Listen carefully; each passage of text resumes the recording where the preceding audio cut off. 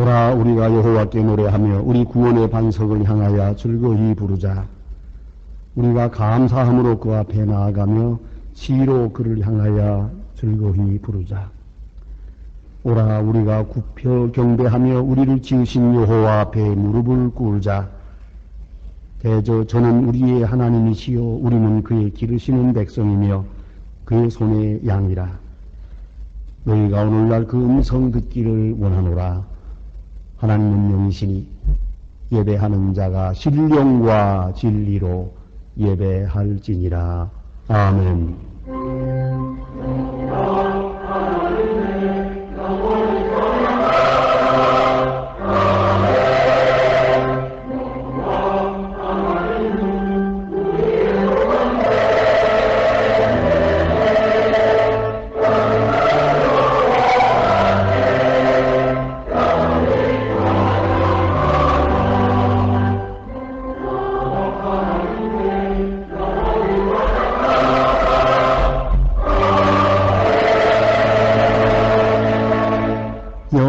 찬양을 받으실 주 여호와 우리 아버지 하나님, 그 놀라우신 능력과 크신 종을 인하여 주께 영광 돌립니다. 죄로와 사망에서 우리를 건지신 주 예수 그리스도의 구속의 은혜를 길이길이 찬양하옵고, 오늘도 우리와 함께 하시며 날마다 성결케 하시는 성령의 교통하심을 인하여 찬송을 부릅니다. 성부, 성자, 성령께 세세 무궁토록 영광이 있을지어다. 아멘. 다 같이 고개 숙 있어서 겸손한 마음으로 참회의 기도를 드리겠습니다. 긍휼이 풍성하신 아버지 하나님, 저희들의 나옴을 용납해 주심을 감사합니다. 우리가 의가 있어 나온 것도 아니고 정결함이 있음도 아닙니다. 그러나 주께서 부르시고 주께는 사유하심이 있기에 오늘도 주님 앞에 감히 나와 찬송을 부르게 됩니다. 주여 불쌍히 여겨 주시옵소서. 우리는 죄가 무엇인지를 알면서 죄의 길로 갔습니다. 죄의 유혹에 약할 뿐 아니라 죄의 유혹을 스스로 즐기며 죄의 세상으로 치닫는 생을 살았습니다. 이 모든 죄를 자복하오니 주여 용서하여 주시옵소서. 하나님 아버지, 하나님의 거룩하신 뜻을 알고 있으면서도 이것은 핑계가 많고 그 뜻을 행하지 못하며 살았습니다. 때로는 마음에는 원이로되 육신이 약하다고 변명하기도 했습니다. 때로는 내 책임이 아니요 다른 사람의 책임인 것처럼 책임 전가하며 그렇게 살아왔습니다. 모든 잘못의 원인이 나 외에 다른 데 있는 것처럼 그렇게 스스로 합리화하면서 살아왔습니다. 이 모든 죄를 자복하오니 용서하여 주시옵소서. 이웃의 잘못도 나 자신의 것이요 사회의 불의도 나 자신의 것임을 깨달으며 겸손한 마음으로 참여하오니 이 깊은 악에서 건져 주시옵소서. 우리의 행위가 정결하지 못했습니다.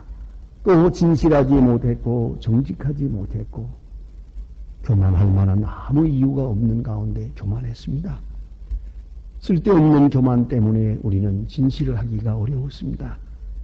의의 길을 찾아가기가 힘들었고 또한 하나님의 뜻을 거역해야만 했습니다. 주여 불쌍히 여겨 주시옵소서. 하찮은 물질, 하찮은 명예, 하찮은 자기 체면 때문에 얼마나 많은 죄를 범했고 또 얼마나 많은 사람의 마음을 아프게 했는지 알 수 없습니다. 주여 불쌍히 여기시고 이 모든 위선과 거짓으로부터 우리를 건져 주시옵소서. 또 저의 재난과 고통당하는 사람이 너무 많습니다. 우리의 도움을 필요로 하는 사람들에게 합당한 공유를 베풀지 못한 죄를 자복합니다. 용서하시고 이 깊은 악에서 건져 주시옵소서. 지금은 하나님과 나만이 아는 죄를 생각하며 묵묵히 참회의 기도를 계속합니다.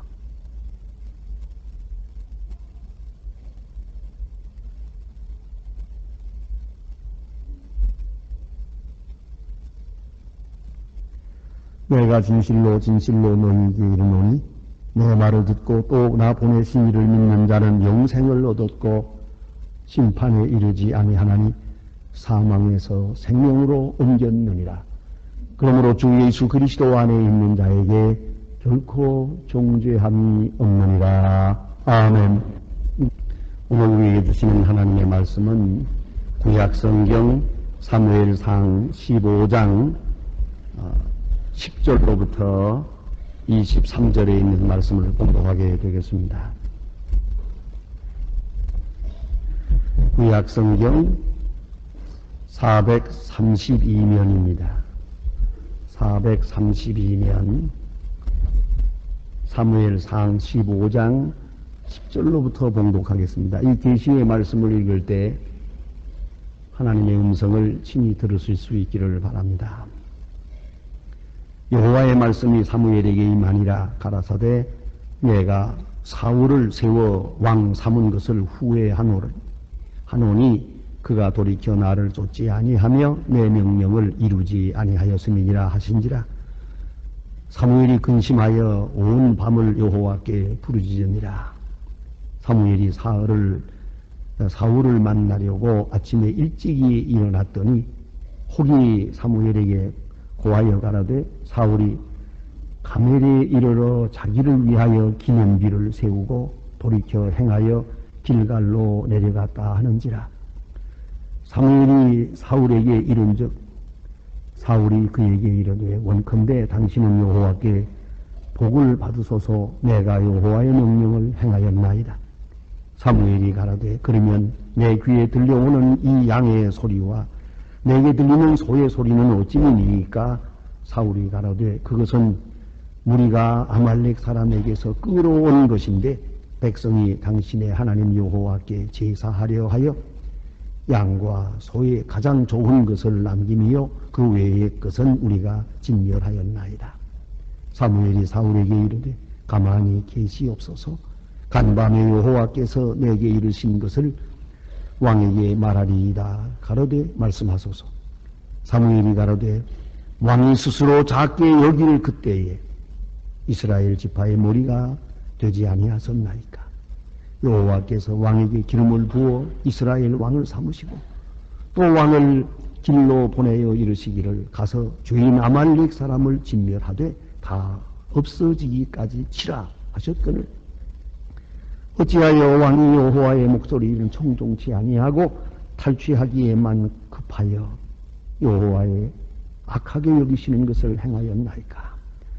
사울이 사무엘에게 이르되 나는 실로 여호와의 목소리를 청종하여 여호와께서 보내신 길로 가서 아말렉 왕과 안악을 끌어왔고 아말렉 사람을 진멸하였으나 다만 백성이 그 마땅한 이 멸할 것 중에서 가장 좋은 것으로 길갈에서 당신의 하나님 여호와께 제사하려고 양과 소를 취하였나이다. 사무엘이 가라되 여호와께서 번제와 다른 제사를 그 목소리 순종하는 것을 좋아하신 같이 좋아하시겠나이까? 순종이 제사보다 낫고 듣는 것이 수양의 기름보다 나으니 이는 거역하는 것은 사술의 죄와 같고 완고한 것은 사신 우상에게 절하는 죄와 같음이라. 왕이 여호와의 말씀을 버렸으므로 여호와께서도 왕을 버려 왕이 되지 못하게 하셨나이다. 아멘.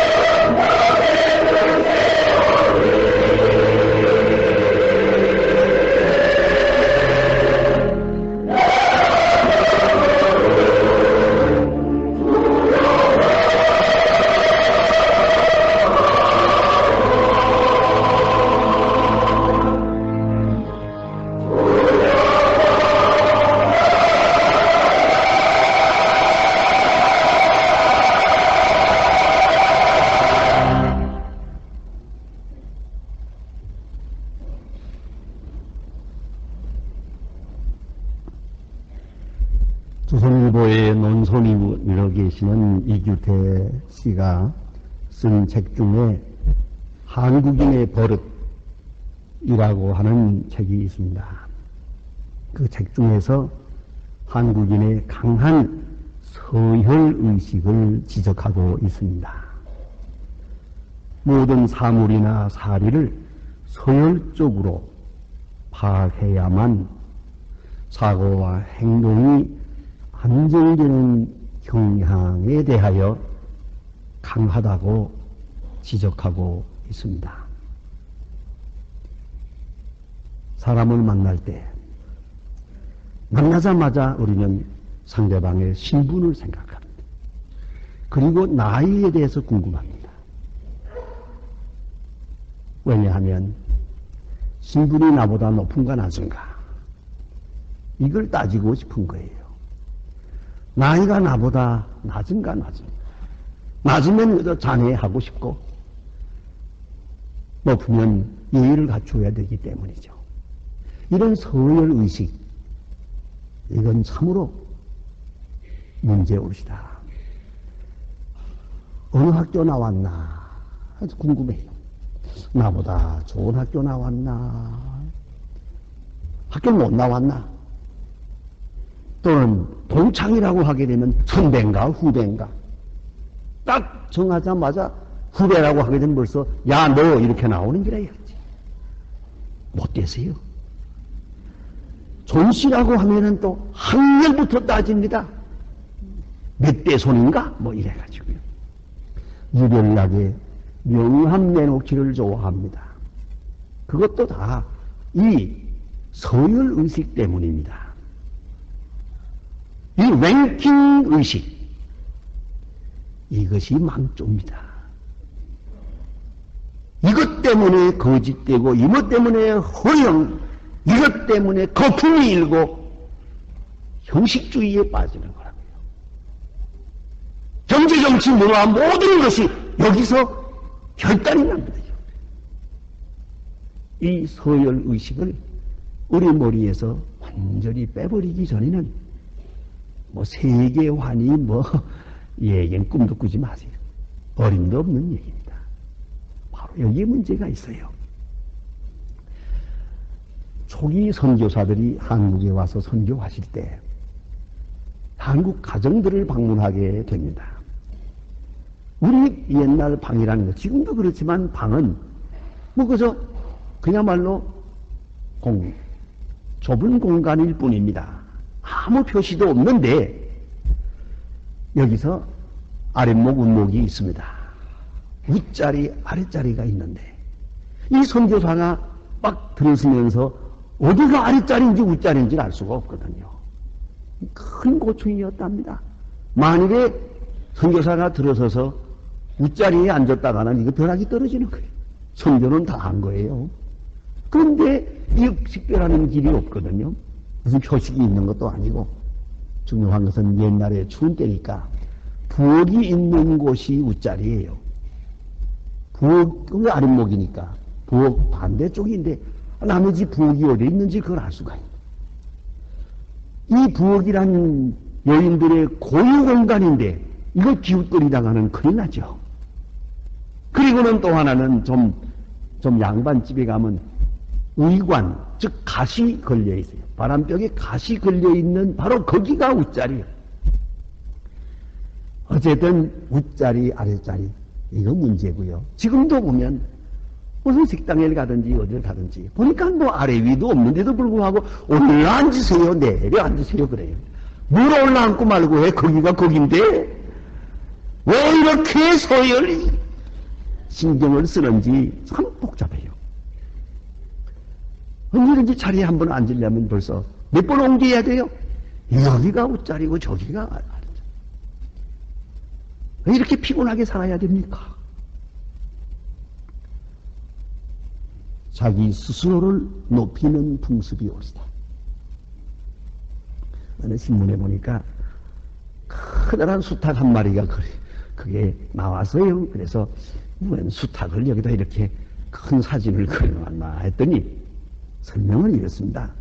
다른 수탉을 다 물리치고 모든 암탉을 차지하게 된 강한 스탁이 지붕 위에 올라가서 위풍당당하게 소리를 지릅니다. 이 세상은 내 것이다! 라고 말이 떨어지기도 전에 독수리가 와서 채갔답니다. 나폴레온의 말입니다. 승리했을 때가 가장 위험한 때다. 높은 자리 조심하세요. 그때가 위험한 때입니다. 요사이는 용어를 바꾸어서 리더십이라고 하는 학문에 대해서 많은 사람들이 연구를 하고 있습니다. 미국의 최고 경영학 저서에 수여하는 베냐민 프랭클린 상이라고 하는 특별상이 있습니다. 이 상을 수상한 작품 A Higher Standard of Leadership 이라고 하는 책이 있습니다. 캬사반 나일이라고 하는 분이 쓴 것인데요. 이 책에 우리에게 큰 감동을 주는 부분이 있습니다. 권력과 부와 무력에 의한 지도력은 지도력이 아니다. 돈 많다고 큰 소리 치는 거, 그 지도력이 못 돼요. 권좌에 앉았다고 큰 소리 쳐봐야 웃기는 소리예요. 그거 지도력이 될 수가 없습니다.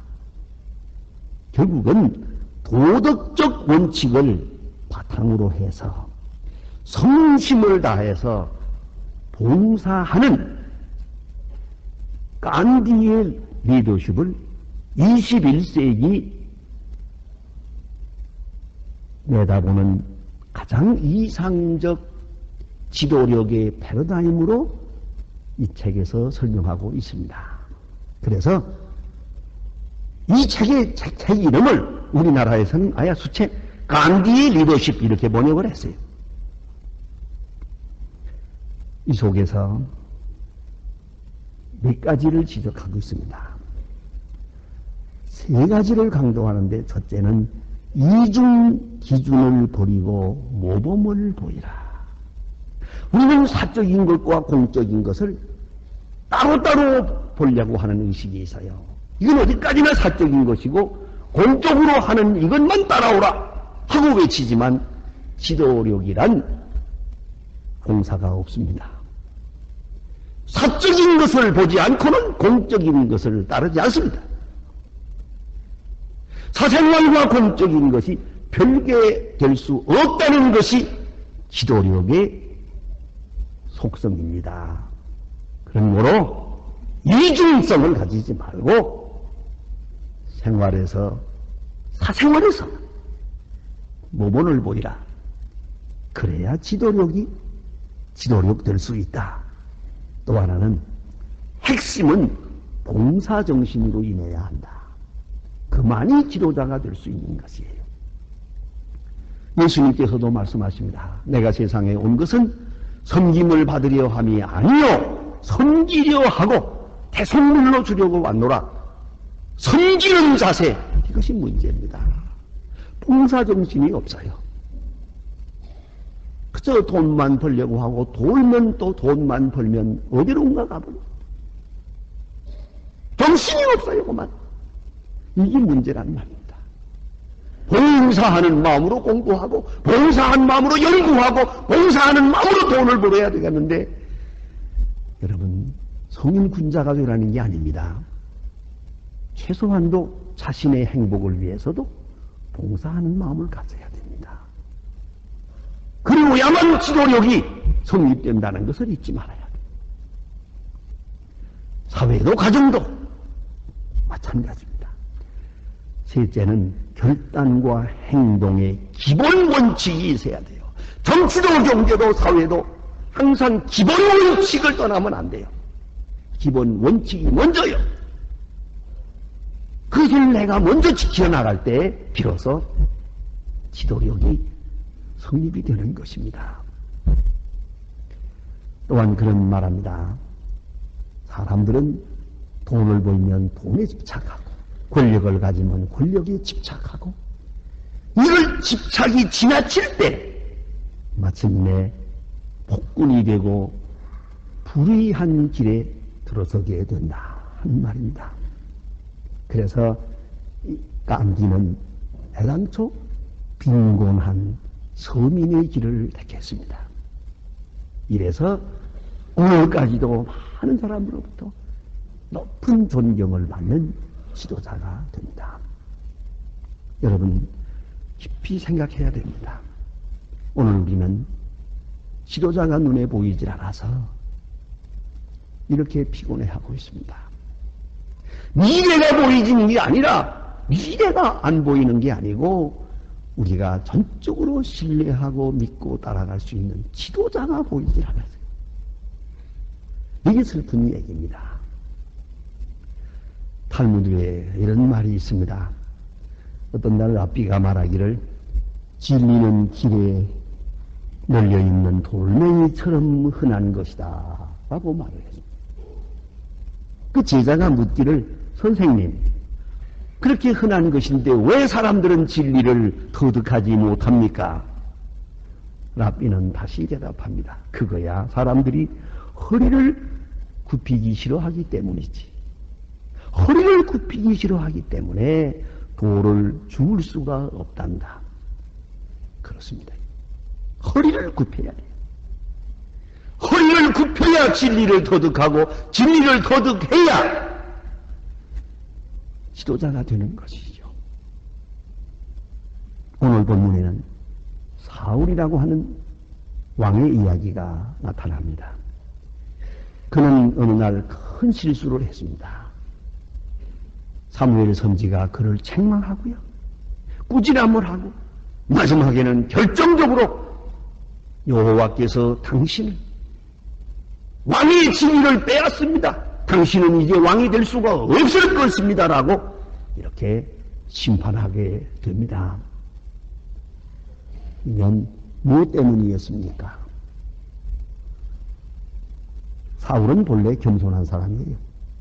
아주 겸손해서 그가 왕이 된다고 할 때 도망가다가 마지막에 두지두에 숨어 있는 걸 끌어내 왔습니다. 그렇게 겸손했던 사람이에요. 어떤 때는 또 아버지의 명령을 받아가지고 야, 그 암나귀 하나 잃어버렸는데 어디 갔는지 모르겠다. 찾아와라 그랬더니 얼마나 정직하고 성실했던지 암나귀를 찾아 사흘 동안을 헤맸어요. 그만큼 순종하는 사람이고 진실한 사람이고 겸손한 사람이었어요. 그리고 성경 말씀대로 스스로 작게 여겼습니다. 자기를 작게 여겼던 그런 사람인데 왕이 되면서 어느 사이에 교만해졌어요. 아주 교만해졌습니다. 그 교만에 대한 이야기가 오늘 본문에 나타납니다. 첫째는 아말렉과 싸우게 되는데 이 전쟁의 승패는 하나님이 결정합니다. 미리 결정합니다. 아말렉을 너의 손에 붙였느니라 하고 말씀하시고 나가라 하고 그 군 싸움은 이기게 되어 있는 겁니다. 이제 사울 왕이 나가서 싸웁니다. 이것은 소돔 고모라를 진멸하듯이 노아 홍수 때에 온 세상을 진멸하신 것 같이 하나님께서 저들의 죄악을 심판하시는 순간입니다. 그런 거로 집행자로 사울 왕을 사용하는 것이니까 사울은 이제 아무것도 물을 것 없습니다. 그대로 나가서 싸우고 진멸하면 되는 겁니다.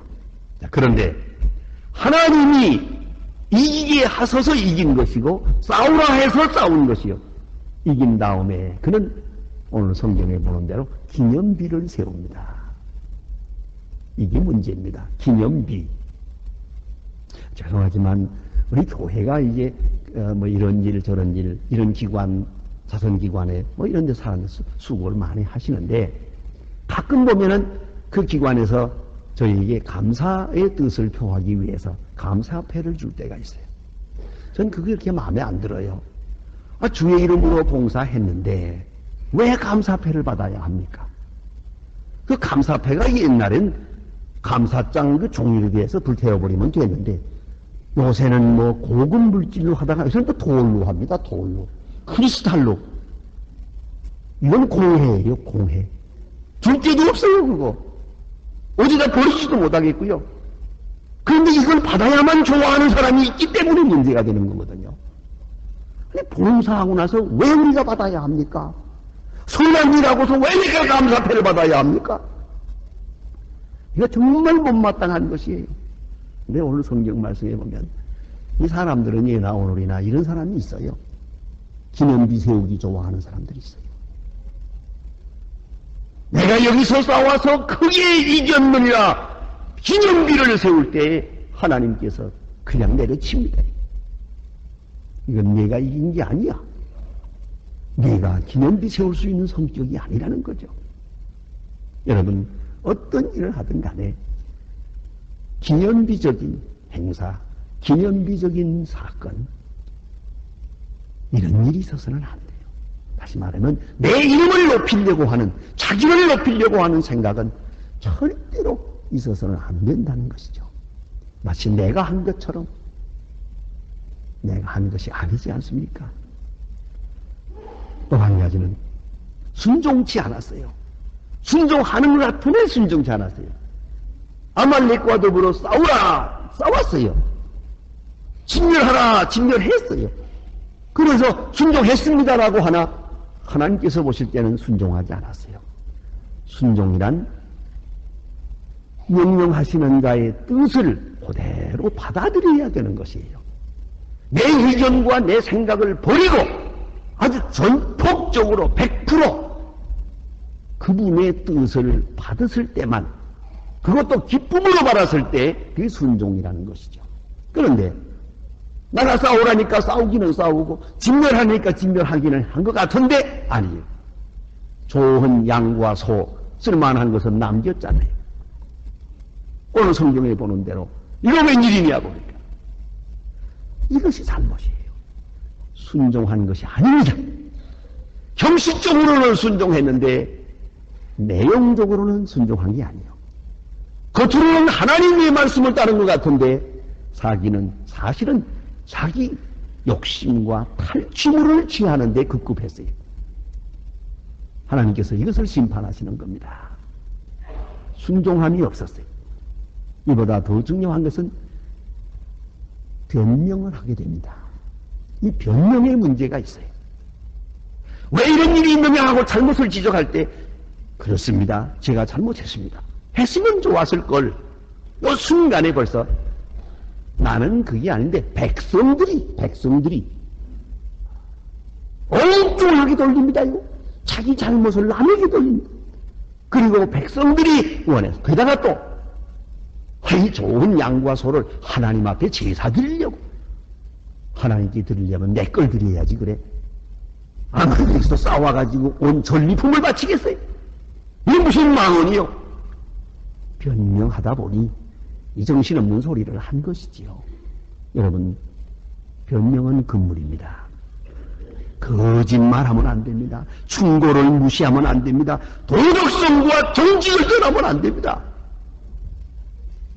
잘못된 걸 잘못된 것으로 인정하는 것이 회개입니다. 여기서 생각해야 됩니다. 왜 정직하기 어려우냐고요? 교만하기 때문에. 정직하면 모든 체면이 다 무너지는 것 같으니까. 여기서 진실했다가는 아주 그만 내 이 위신이 망가지는 것처럼 착각을 하기 때문이에요. 바로 마음이 높기 때문에, 교만하기 때문입니다. 그리고는 자기 위치를 떠났습니다. 13장에 보면은 하나님께서 크게 책망하시는 게 이겁니다. 제사는 제사장이 드리는 겁니다. 아무리 왕이지만 왕이 제 마음대로 하나님 앞에 제사 드릴 수는 없는 겁니다. 이래서 사무엘 선지가 크게 책망합니다. 어찌하여 이런 망령된 일을 했느냐고요. 왕은 왕이 할 일이 있습니다. 그 한계를 넘어서서는 안 됩니다. 제사장이 할 일을 자기가 해버렸어요. 또 변명을 합니다. 이 변명하는 것, 이 거짓말하는 것, 이것을 하나님이 크게 책망하고 계십니다. 여러분 자신의 겸손함을 한번 진단해 보실까요? 먼저는 내게 주어진 분깃, 내가 가진 것에 만족하십니까? 얼마를 받았든지 어떤 형편에 살든지 여기에 만족하십니까? 혹 불만하십니까? 불만하면 교만이요. 만족하면 그게 겸손이요. 게다가 나는 작은 수고를 했는데 하나님이 큰 것을 주었다고. 나는 아주 부족하고 그런데 오직 은혜로 내게 이렇게 넘치게 주셨다고. 그렇게 생각하시면 그가 겸손한 사람이에요. 또는 여러분 이웃에 대해서도 생각해 보세요. 만족지 않습니까? 죄송하지만 아내에 대해서 어떻게 생각하십니까? 내게 분에 넘치는 아내입니까? 아니면 어쩌다가 저런 못된 걸 걸렸나 그 생각입니까? 내 분에 넘치는 분이다. 그게 겸손이에요. 감지득지하지. 또 그런가 하면 남편에 대해서도 오직 하나님의 은혜로 내게 이 같은 남편을 주셔서 그런 마음입니까? 아니면 어쩌다가 저 왼수 만나가지고 한평생 고생을 하나. 조심하세요. 이 생각 한마디가 얼마나 무서운 것인지 몰라요. 그저 감사. 또 자녀들도 그래요. 자녀들에게 주신 거 보면 세상에 태어난 것도 고맙고 공부를 잘하든 못하든 중요한 게 아니에요. 그저 하나님 감사합니다. 이리 생각하면 이게 바로 겸손이고요. 어디서 내 속에서 저런 게 태어났노? 당신은 교만한 사람이요. 이걸 알아야 돼요. 겸손한 마음을 가지면 이웃에 대해서도 가정에 대해서도 내 하는 사업에 대해서도 감지득지예요. 이게 스스로 작게 여기는 마음이요. 남들이 나를 칭찬하든가 비방하든가 상관없어요. 그건 작은 일이에요. 이것이 겸손한 사람이요. 그것을 신경을 많이 쓰고 돌아가면 이 사람은 위선자예요. 그걸 아셔야 되고요. 혹 여러분 억울한 말을 듣습니까? 제가 심각한 말씀을 드릴게요. 어느 날 우리 신학 후배들이 내가 가르친 제자들인데 아주 심각한 질문을 해요. 벌써 목회 생활을 오래 했거든요. 20년씩 하고 선배들에게 묻는 겁니다. 목사님 목회하실 때 하고 억울한 얘기를 들을 때가 있는데요. 나는 잘못한 게 없는데 억울한 말을 하고 자꾸 말이 번져나갈 때 아주 속상해요. 아주 분하고 억울하고. 목사님 그럴 때는 그 어떻게 하면 극복할 수 있습니까? 아무리 기도해도 안 되는데요. 그러니까 제가 대답을 합니다. 조금만 더 겸손하지 그래.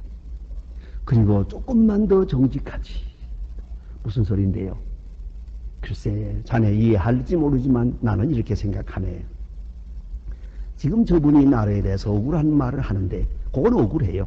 사실 변명하고 싶은 생각이 있어요. 그런 일은 없으니까 좀 억울하긴 하나 가만히 생각하면 들키지 않은 죄가 많거든. 그걸 아나? 이런 비방되지 않는 거, 남들의 입에 오르내리지 않는 잘못도 내게 많잖아. 그러면 상사해버리고 말지. 내가 워낙 실수가 많은 사람인데 뭐 이런 정도 하나 뭐 없는 얘기 좀 하기로서니 뭐 어떤가? 그렇게 생각하니까 뭐 아무렇지도 않더만. 그래요. 뭘 대단한 사람이라고 억울하다고 합니까? 억울하긴 뭘 억울해? 죄인 보고 죄인이라는데 뭐이 나쁜가? 그 하나가 뭐 기다 아니다 하고 따질 마음이 있어요? 여러분 한 계단만 더 내려앉으세요. 정직하기가 힘이 듭니까? 그건 교만이에요. 겸손한 사람은 언제든지 정직하기가 쉽습니다.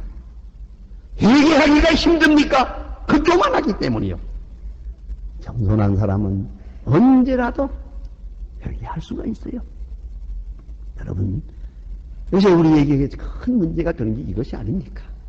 왜 원망과 불평이 많습니까? 이 모두가 스스로 자기를 높이기 때문입니다. 오늘 성경 말씀은 심각합니다. 교만한 사람, 겸손한 사람을 말하고 있는 게 아니에요. 한 사람을 놓고 말하는 거예요. 그가 스스로 작게 여길 때 그가 스스로 작게 여길 때 하나님께서 그를 높여 이스라엘의 왕을 만들었고, 그가 스스로 자기를 높일 때 내려쳐서 왕이 되지 못하게 했습니다. 여러분, 하나님 앞에서 정직히 행해야겠습니다. 야고보 4장 6절에 보면 교만한 자를 물리치시고 겸손한 자에게 은혜 주신다. 다시 한 번 더 겸손을 점검하십시다.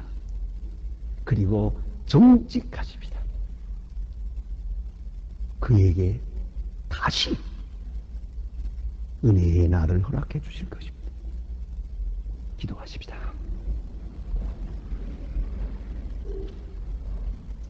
하나님 아버지, 겸손해야 될 줄 알면서도 겸손하지 못하고, 정직함이 생명의 힘임을 알면서도 정직하지 못하고 살고 있습니다. 이 모든 원인이 나 스스로를 높이는 데서 비롯됨을 다시 한번 생각하고 하나님 앞에 엎드렸습니다. 주여, 정직함을 주시고 겸손함을 주시옵소서.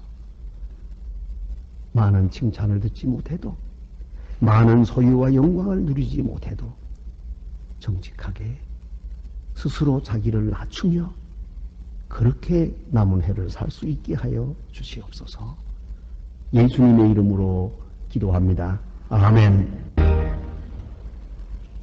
지금 우리를 구원하신 주 예수 그리스도의 은혜와 역사의 주인이신 아버지 하나님의 사랑과 우리의 믿음을 날마다 새롭게 하시는 성령의 교통하심이 모인 중에 이제와 영원히 함께 계실지어다. 아멘.